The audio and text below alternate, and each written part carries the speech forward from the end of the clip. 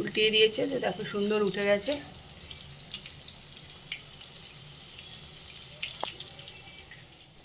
এটা কিন্তু সমুদ্রের মাছ, আর প্রচুর ওমেগা আছে এর ভেতরে।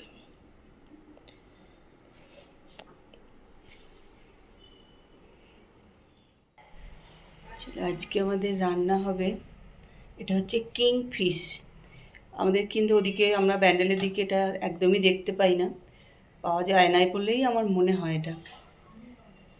কিন্তু এখানে এটা সবাই মানে খুবই খায় এবং এটা প্রচুর বাজারে পাওয়াও যায়। কিন্তু এগুলো কোনো মাছের ঝাল ঝোল এরকম করে কিন্তু খাওয়া যাবে না আর কি। এটা একদম এটাকে ফ্রাই করেই খায়, এখানকার লোকেরা ফ্রাই খায় এবং বেশ একদম মানে ঝাল টাল দিয়ে ভালো করে ফ্রাই করে খায়। কালকে আমাদের এটা কেনা হয়েছে কিংফিশ। আর একটা হচ্ছে যেটা খুব কস্টলি মাছ, এই জন্য হয়তো সব জায়গায় পাওয়া যায় না, এটাও হতে পারে যে এত কস্টলি মাছ তো সবসময় সব জায়গায় হয়তো ওই জন্যই পাওয়া যায় না। আজকে এটা কুট্টু রান্না করবে, মানে ভাজবে আর কি। তা কুট্টু তার জন্য এখানে লঙ্কা, হলুদ গুঁড়ো, আর এটা কি ধনে গুঁড়ো দিয়েছো? ধনে গুঁড়ো, লঙ্কা গুঁড়ো, নুন, হলুদ, জিরে গুঁড়ো। লঙ্কা গুঁড়ো বেশি যাবে, হ্যাঁ, একটু দিতে হবে। আমি একটা মিক্স করে তারপরে দেখবো। আর এখন তারপরে একটু আদা তোমার রসুন পেঁয়াজ, পেস্ট, এই আর আদা রসুন সর্ষের পেস্ট তেল, দিচ্ছে আর কি এখন। তা লঙ্কা তারপরে গুঁড়ো, সর্ষের তেল। হ্যাঁ সর্ষের তেল দেবে, আর পরে আবার লঙ্কা গুঁড়ো কিন্তু আর একটু ও আর দিয়ে যখন দেবে। ফ্রাই হবে তখন তোমাকে একটু কর্নফ্লাওয়ার, সুজি, ওর মধ্যে একটু লঙ্কা হ্যাঁ, গুঁড়ো, এগুলো দিয়ে ফ্রাই করতে হবে। ফ্রাই করতে হবে। কর্নফ্লাওয়ার দেবে, তাহলে রাবা সুজি ফ্রাই দেবে, হয়ে হ্যাঁ যাবে। একটু লেবু রসও দিয়েছে এর মধ্যে। রাবা তাহলে ফ্রাই, ওটা তাহলে রাবা ফ্রাই হবে একদম সুজি দিয়ে। হ্যাঁ ওটা এমনি করলে তাহলে এমনি যেমন থাকে। হ্যাঁ, সুজি ছাড়াও ভাজা যাবে, তুমি সব কিছু মাখিয়ে নিয়ে হুম। তুমি ভাজতে পারো। আর একটু সুজি দিয়ে দিলে ওটাও।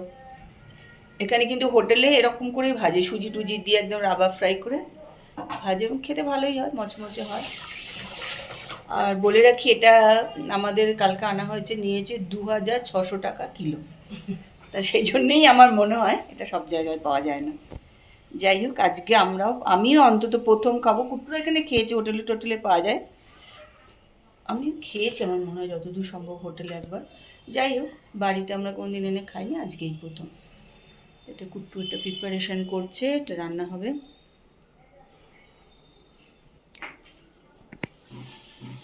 খাওয়ার পর তারপরে তোমাদের জানাবো কেমন খেতে লাগলো।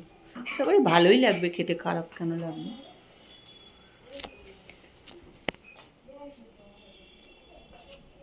এটা ভালো করে এখন মাখিয়ে টাখিয়ে নেবে।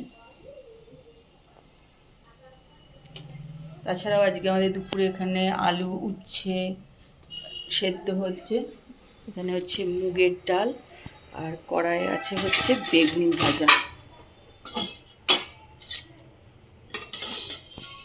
চলো, এই যে বেগুন ভাজা তৈরি করে রেখেছে, চালের গুঁড়ো, কর্নফ্লাওয়ার, সুজি সব কিছু দিয়ে মাছটা এর ভেতরে মাখিয়ে তারপর ভাজা হবে। নমস্কার, সবাই কেমন আছো? আশা করি সবাই ভালো আছো। আমি কিন্তু বেশ ভালো আছি। এখন প্রায় একটা 20 মতন বাজে, আর ওয়েদার যথারীতি যেমন ভালোই। আজকের ব্লগ চলো এখান থেকেই শুরু করছি, তোমরা কিন্তু আমার সঙ্গে থাকো আর ব্লগটা দেখতে থাকো। এখন আজকে চান দান হয়নি, এবার যাবো চান টান করতে। তো চলো, তোমরা কিন্তু আমার সঙ্গে থাকো আর ব্লগটা দেখতে থাকো। আর ব্লগ ভালো লাগলে কিন্তু অতি অবশ্যই কমেন্ট করো আর লাইক করো। এখন ফ্রাই হচ্ছে, একটু ওপরে যে গুঁড়ো গুঁড়ো করেছিল চাল দিয়ে সুজি দিয়ে, সেটা করে দিয়ে দিয়েছে, আর ধনে পাতা দিয়ে দিয়েছে। এখানে কেউ যদি ভাজতো তারা একটু কারি পাতা দিয়ে দিত ধনে পাতার বদলে, আমরা এখানে একটু ধনে পাতা দিয়ে দিয়েছি। একটু ভাজা কষ্ট আছে, একটু বোধহয় নরম মাছ না এটা, উঠে যাবে। হ্যাঁ, এইগুলো দেওয়া আছে তো উঠে যাবে, এই জন্য অসুবিধা হবে। চলো তারপরে খেয়ে দেখতে হবে কেমন, মনে হচ্ছে ভালোই হবে খেতে। এটা এখন খাচ্ছে রাবা ফ্রাই। তো ঝাল লাগছে না তো?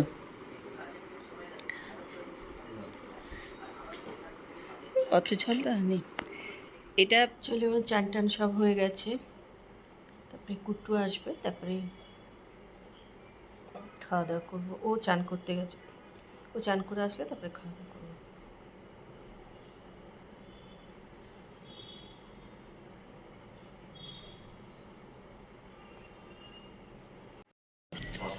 Good evening. এখন আমরা চা খাবো না, কফি, সবাই কফি খেতে বসে গেছি।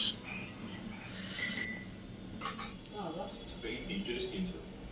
Ik Rashid tegen Gemini. He believes kids are with you.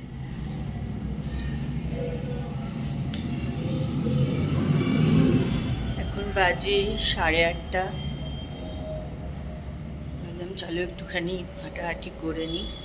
ঠান্ডা ওয়েদার থাকছে বলে না খুব একটা এখানে হাঁটাহাঁটি করছি না, কারণ এত কদিন হাওয়া দিচ্ছিল, তো আবার ঠান্ডা ফান্ডা লাগলে আবার মুশকিল হবে,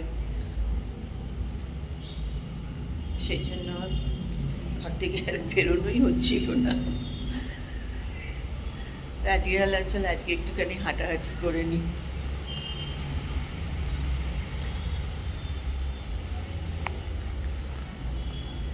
আজকে হাওয়াটা খুব একটা নেই, মানে কদিন যেমনি ঠান্ডা একদম প্রচণ্ড হাওয়া দিচ্ছিল, আজকে হাওয়াটা একটু কম আছে। আমাদেরও ব্যাঙ্গালোরের দিন শেষই হয়ে গেল,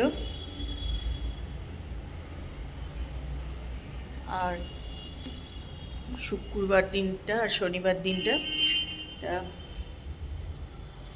রোববারে তো আমাদের একদম সকালেই ফ্লাইট আছে 7:30টায়।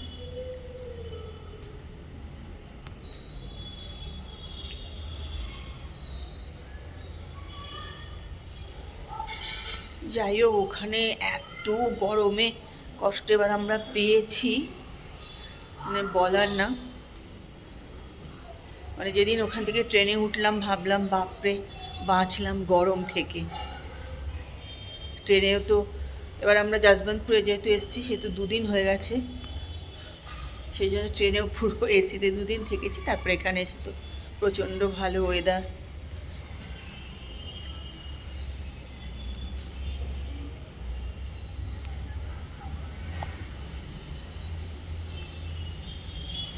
মেঘ মেঘ তো রোজই করে, কিন্তু বৃষ্টি যে রোজ খুব একটা হচ্ছে তা না, মেঘ মেঘ রোজই করছে।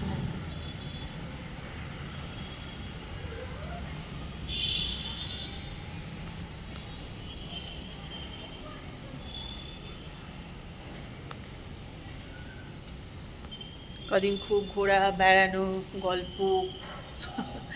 রাত্রে তো আমরা কোনোদিনই 2:30-3টের আগে মানে শুইনি, ওই বসে বসে সিনেমা দেখা, গল্প করা। কুট্টুরও কাজ থাকে, ভুটাইও আস্তে আস্তে 1টা-1:30 বাড়ি আসে, তারপরে সে খাওয়া দাওয়া করে। আর ওর সঙ্গে রাত্রে ছাড়া কোনো সময় কথা বলা হয় না, সকালে ঘুম থেকে উঠে চান টান করেই বেরিয়ে চলে যায়।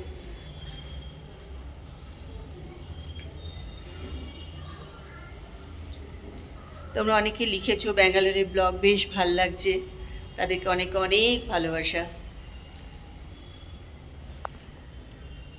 আমি 1 মাস হয়ে গেছে এসছি, একদিনও কিন্তু সন্ধ্যেবেলায় ছাদে আসিনি, কিন্তু প্রত্যেকবারে আমি আসি আমরা ছাদে টাদে, তা এবার আর আসাই হয়নি ছাদে। তা আজকে আমি চলে এসেছি, কাউকে কিন্তু বলেও আসিনি যে আমি ছাদে যাচ্ছি, তা ছাদে এসেছি। খুব ভাল লাগে, কিন্তু ভীষণ ভাল লাগে। এই পেছনটা দেখো, ওই দেখো,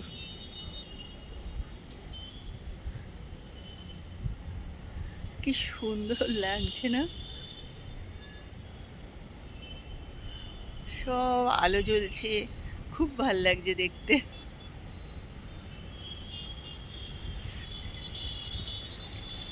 আজকে খুব একটা ঠান্ডা হাওয়া দিচ্ছে না বলেও আরও এসছি যে চলো আজকে সেরকম মানে হাওয়া নেই, কদিন একদম ঝড়ের মতন হাওয়া দিচ্ছিল, আজকে হাওয়াটাও একটু কম আছে।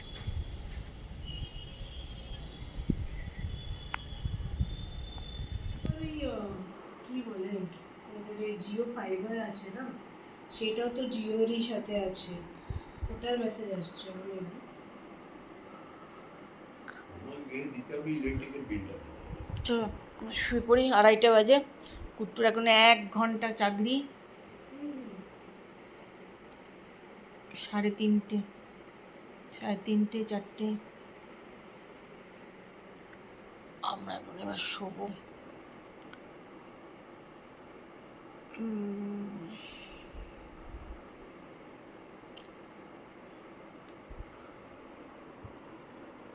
শনিবার দিন খেয়ে দেওয়া কথা বলে জামা কাপড় পরে বের করতে হবে।